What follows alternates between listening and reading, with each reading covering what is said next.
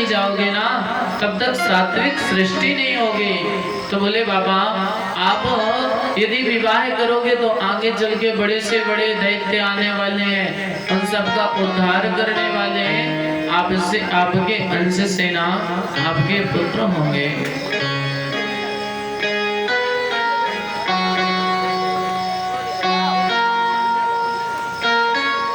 बोले बाबा अच्छा ठीक है। ब्रह्मा जी से सांत्वना देकर के ब्रह्मा जी को पहुंच गए भोले बाबा कैलाश और समाधि में बैठ करके बस प्रभु के नाम की समाधि लग गई। अब ब्रह्मा बाबा जगा रहे हैं, भोले बाबा जगो, समाधि खोलो, समाधि से उठ जाओ, कब विवाह करोगे, कब सात्विक सृष्टि होगी। लेकिन भोले बाबा तो बस राम के नाम में ही मस्त।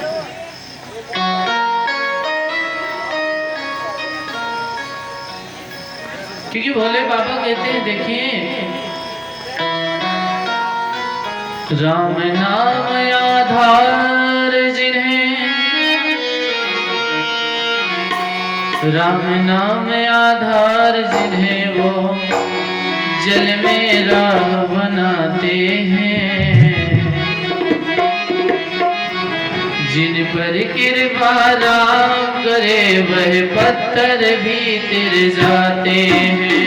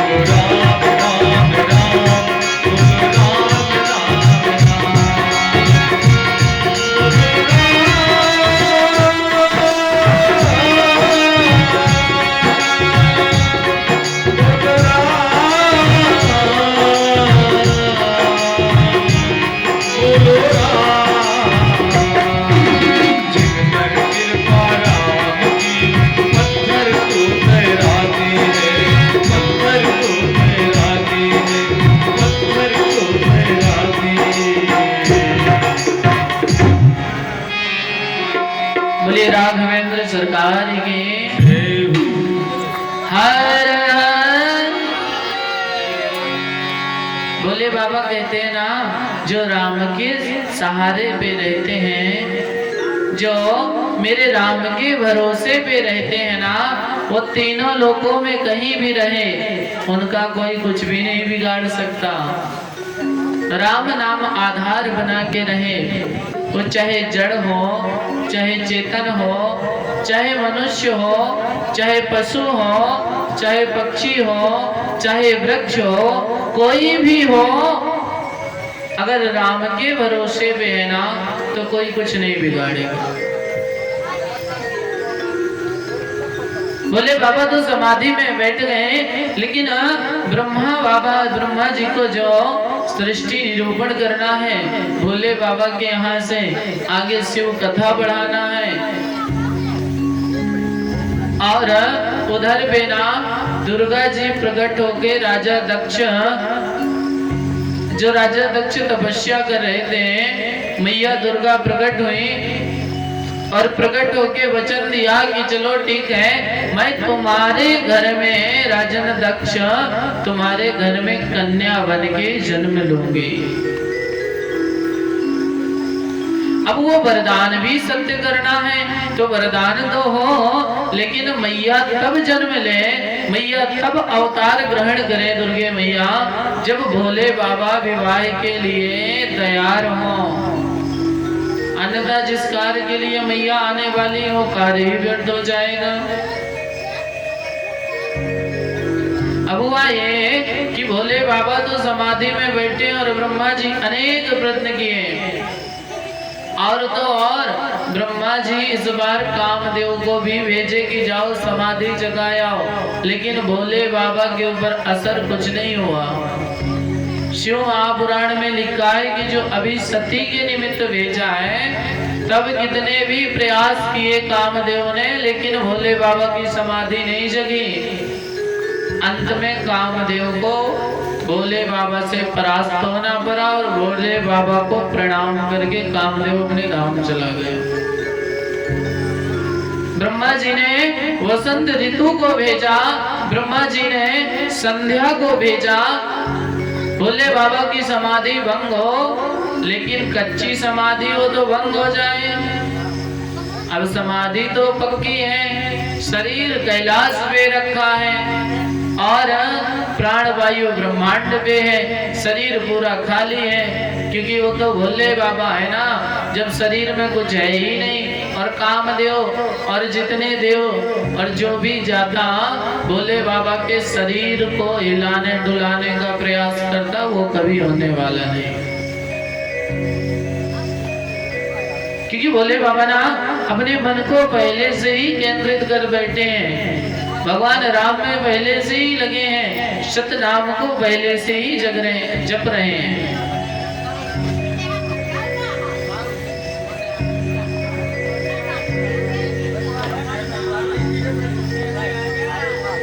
अब ब्रह्मा जी ने जाकर के विष्णु जी से प्रार्थना की, याचना की, विष्णु देखो तुम हमेशा सृष्टि का कार्य करते हो, एक काम करो भोले बाबा की समाधि जगा दो। विष्णु जी कहते हैं हाथ जोड़ के, देखो ब्रह्मा जी, अगर किसी और की समाधि भंग करना होता, किसी और से कोई काम होता, तो मैं तुम्हारा साथ दे भी देता यथावत, शायद मैं तुम्हारे काम आ जाता। क्योंकि ये काम भोले बाबा का है, और जो भजन में विघ्न करता है वो पाप का भागी बनता है, जो पूजा में विघ्न करता है वो पाप का भागी बनता है। फिर तो देखो साक्षात भोले बाबा की समाधि जगाना है, कितना बड़ा पाप लगेगा। और पाप तो छोड़ो, सबसे बड़ा खतरा भोले बाबा की तीसरी नेत्र का यदि खुल गई, तो विष्णु जी कहते हैं कि यदि भोले बाबा ने नेत्र खोल दिया ना, तो मेरा तो छोड़ो, जिस संसार को रचने के चक्कर में उस संसार का भी कोई पता नहीं लगेगा। जिस सृष्टि को रचने के चक्कर में हो ना ब्रह्मा जी, संसार में सृष्टि बनाएंगे और भोले बाबा से सत सृष्टि होगी। रुद्र संगीता का प्रसंग है, विष्णु जी कहते संसार ही नहीं रहेगा, फिर रचोगे क्या। और तो और ब्रह्मा बाबा, यदि भोले बाबा का तीसरा नेत्र हमारे और तुम्हारे ऊपर भी पड़ गया ना, तो पता नहीं लगेगा कौन ब्रह्मा था और कौन विष्णु और कौन कहाँ गया। तब क्या करें?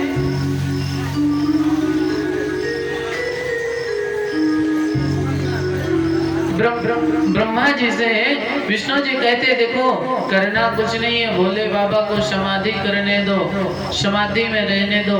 तुम्हें यदि कुछ करना है तो जो आदि शक्ति, जो जगत जननी देवी भागवत में कहा गया है ओम ऐंग ही आदि शक्ति है। तो बोले जो आदि शक्ति है ना, जो जगत जननी है, उसके आवाहन करो, उसकी तपस्या करो। यदि वो चाहेगी तो किसी ना किसी प्रकार से भोले बाबा की समाधि भंग हो जाएगी, समाप्त हो जाएगी, भोले बाबा जाग जाएंगे। क्योंकि वो सारे संसार की माता है, वो आदि शक्ति है, उसके बिना भोले बाबा भी अधूरे हैं। उस शक्ति को जगाओ। ब्रह्मा जी ने कहा महाराज बात तो ठीक है, शक्ति तो जगाएं, लेकिन ये तो उसी प्रकार हुआ कैसे, किस प्रकार से, जैसे एक घर में बहुत से चूहा थे, बहुत सारे चूहा। अब वो चूहा इतना परेशान करते, बड़े से बड़ा सामान रखा वो काट देते, जितनी भी काम की वस्तु है उसको नष्ट कर देते। एक दिन क्या हुआ, घर के मालिक ने उपाय सोचा तो एक बिल्ली को लाए और बिल्ली को लाके घर में छोड़ दिया। अब जो भी चूहा आता बिल्ली उसको पकड़ती, दबोच के गोविंदाय नमो नमः कर देते। अब चूहा बड़े परेशान, रोज 10-5 चूहा सीताराम हो जाए, रोज 2-4 चूहा, बिल्ली का तो काम ही है। फिर जानते हो क्या हुआ, चूहा ने सोचा ऐसे काम चलेगा नहीं, तो एक मीटिंग बुलवाई, मीटिंग, और मीटिंग में सब छोटे से लेके बड़े तक के चूहा, इतने इतने बड़े बूढ़े सब इकट्ठे किए।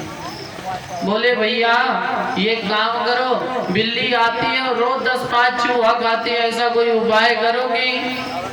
चूहा ना मरे, सब अपना अपना उपाय बताए। बोले काम करो, बिल्ली को करंट लगा दो, कोई कहता जहर पिला दो, कोई कहता कुछ, कोई उपाय सटीक नहीं था।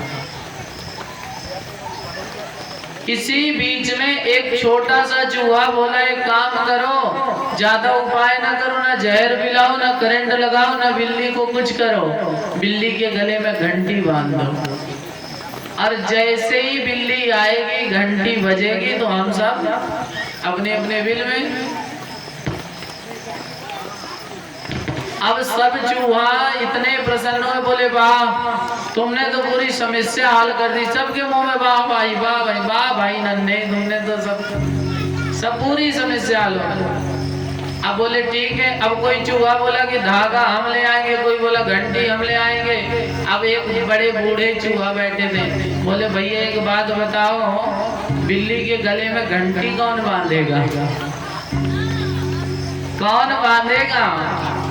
अब बांधने वही जाए जिसको गोविंदाय होना हो। तो सबसे बड़ी बात, उपाय तो बहुत अच्छा है, लेकिन अब करे कौन?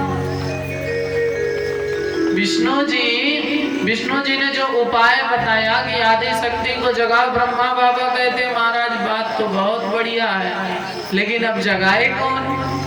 हजारों वर्ष तपस्या करे कौन? ब्रह्मा बाबा बोले महाराज हम तो हमेशा तपस्या करते, एक बार तुम बैठ जाओ और देखो, कोई बिगाड़ करना हो, बेकार का काम करना हो, यहाँ का काम वहाँ का, 10 लोग तैयार हो जाएंगे, लेकिन कोई भजन करना हो और पूजा करना हो और किसी को कह दो भैया हमारे बदले 1 घंटा बैठ जाओ, फिर देखो कितने कोने का मुंह बनाते हैं। संसार के काम में तो संसार के लोग आगे रहेंगे, लेकिन भगवान के काम में संसार के लोग कहते हैं कि वो तो भगवान का काम है, भगवान जाने। ब्रह्मा बाबा बोलते हैं महाराज जगाएगा कौन? इस बार समाधि में बैठ जा। विष्णु जी बोले देखो हमने पहले ही मना किया था कि भोले बाबा से पंगा ना लो, भोले बाबा की समाधि के पीछे मत पड़ो। फिर अब तुम्हें जरूरी पड़ी है कि नहीं भोले बाबा की समाधि जगाना है, भोले बाबा को विवाह कराना है, तो एक काम करो तुम ही जाओ और तुम ही आदि शक्ति की तपस्या करो और आदि शक्ति को तुम ही प्रसन्न करो।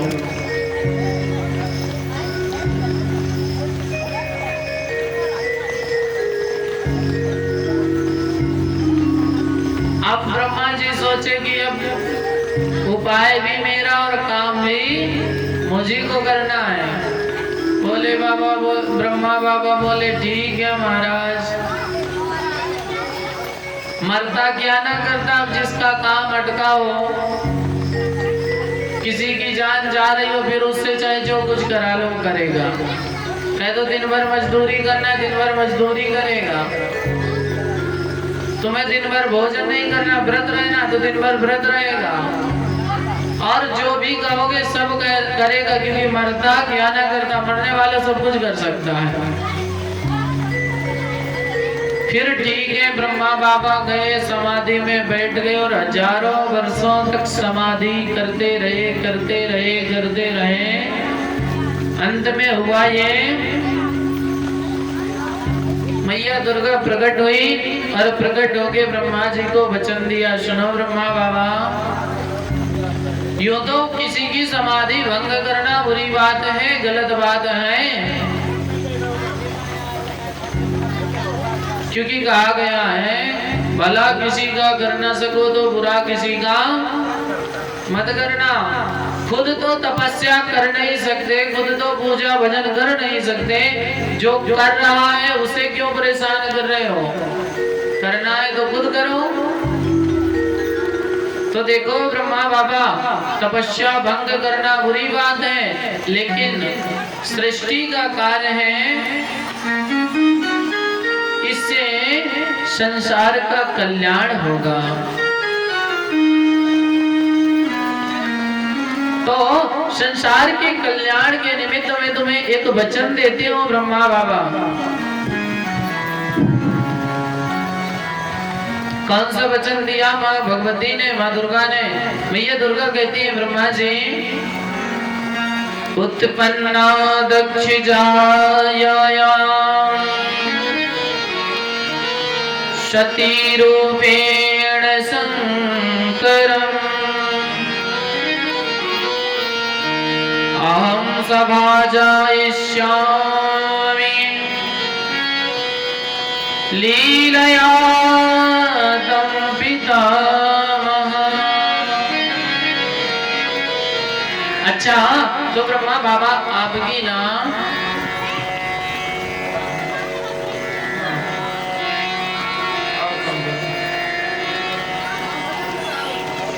तो ब्रह्मा जी आपकी ना बहुत इच्छा है, तो उत्पन्ना दक्ष जायाम, ठीक है, मैं दुर्गा, मैं आदि शक्ति आपको ये वचन देती हूँ कि मैं खुद जाकर के दक्ष के घर में कन्या के रूप में अवतरित होंगी और भोले बाबा से प्रयास करूंगी, कामना करूंगी कि भोले बाबा मुझसे विवाह करें। क्यों? थोड़ा पढ़ाओ, हल्का बस। क्यों?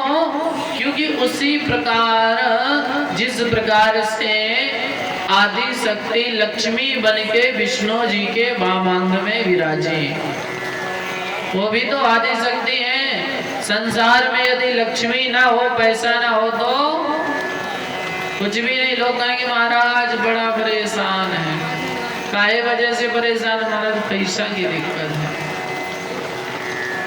संसार में मैया लक्ष्मी है, फिर भी परेशानी है। और सोचो यदि मैया लक्ष्मी ना होती फिर तो संसार चलता ही कैसे, भगवान जाने।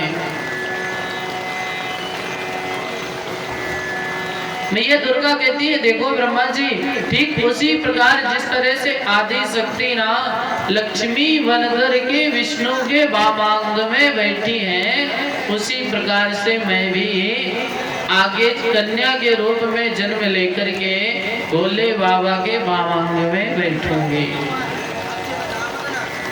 अब ये वचन देकर के मैया दुर्गा तो अंतर ध्यान हो गई और ब्रह्मा बाबा प्रसन्न हुए, चलो अब मेरे कार्य की सिद्धि होगी, सृष्टि का विस्तार होगा। ब्रह्मा बाबा भी अपने ब्रह्मलोक गए, ब्रह्मलोक में जाके भजन करने लगे। इधर राजा दक्ष के जो 60 कन्याएं थी, 60 कन्याओं का विवाह किया राजा दक्ष ने। सुनो, किसी की ना 1-2 कन्या होना दो तीन हो जाए तो बड़े हाथ ऐसे रख लेते हैं। क्या हुआ महाराज, क्या करें, बिटिया, बिटिया का ब्याह करना है, बड़ी परेशानी है। ये मत सोचो बिटिया का विवाह तुम्हें करना है, क्योंकि बिटिया तुम्हारी मर्जी से, तुम्हारी आज्ञा से थोड़ी ना आई है, वो तो भगवान की भेजी है। पुत्र जो होता है तुम्हारी मर्जी से थोड़ा ही होता है, भगवान की मर्जी से होता है। पुत्री होती है भगवान की मर्जी से होती है, और जो भेजता है ना वो सब दिन की व्यवस्था करता है, एक एक पल की। जब दांत नहीं थे ना, जब कोई बच्चा होता है दांत नहीं होते, दांत नहीं होते, और जब दांत नहीं होते हैं तब भगवान दुग्ध की व्यवस्था करता है। बिना दांत वाले को भी भोजन देता है भगवान। वो बात अलग है कि अपनी करनी से दांत तोड़वा लो किसी से, फिर कहो कि भगवान, तो भगवान भोले बाबा क्या करेंगे। लेकिन जो भोले बाबा की व्यवस्था, यदि दांत नहीं है तो भी भोले बाबा खाने को देते हैं। और सुनो, जिनके पास हाथ नहीं है, सिर्फ पैर ही पैर है, 4 पैर, भोले बाबा उसके भी खाने की व्यवस्था करते हैं। जो हाथी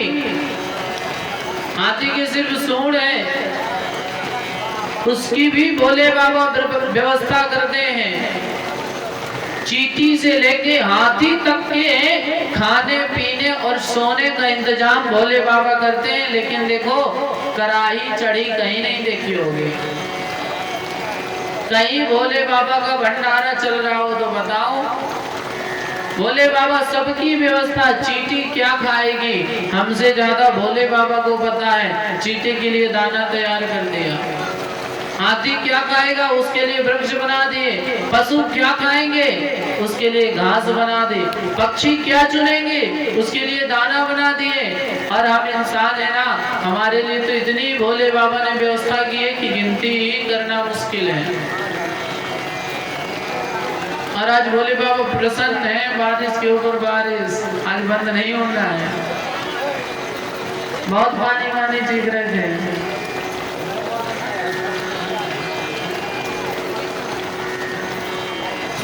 हर हर,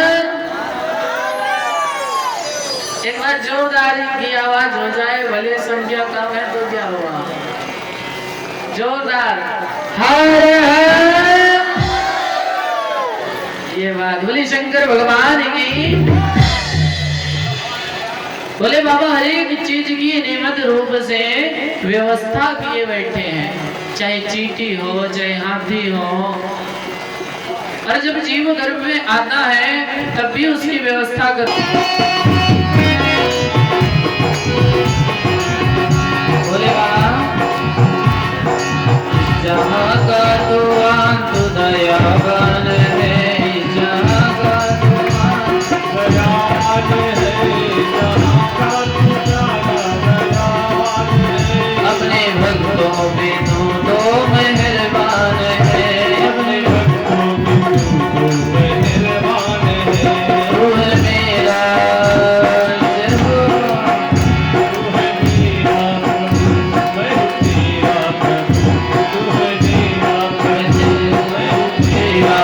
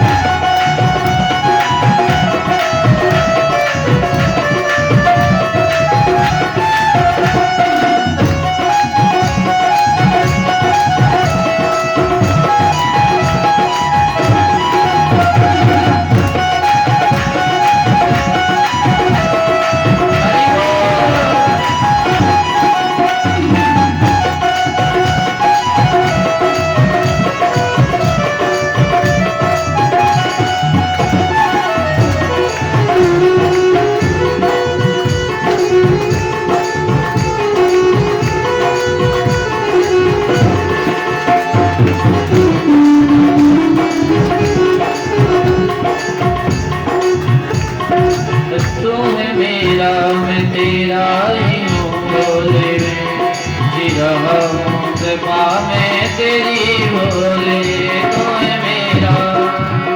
प्रभु मैं हूँ तेरा, तू है मेरा प्रभु, मैं हूँ तेरा प्रभु, मेरी जिंदगी बनाना तेरा काम है, मेरी जिंदगी बनाना तेरा काम है।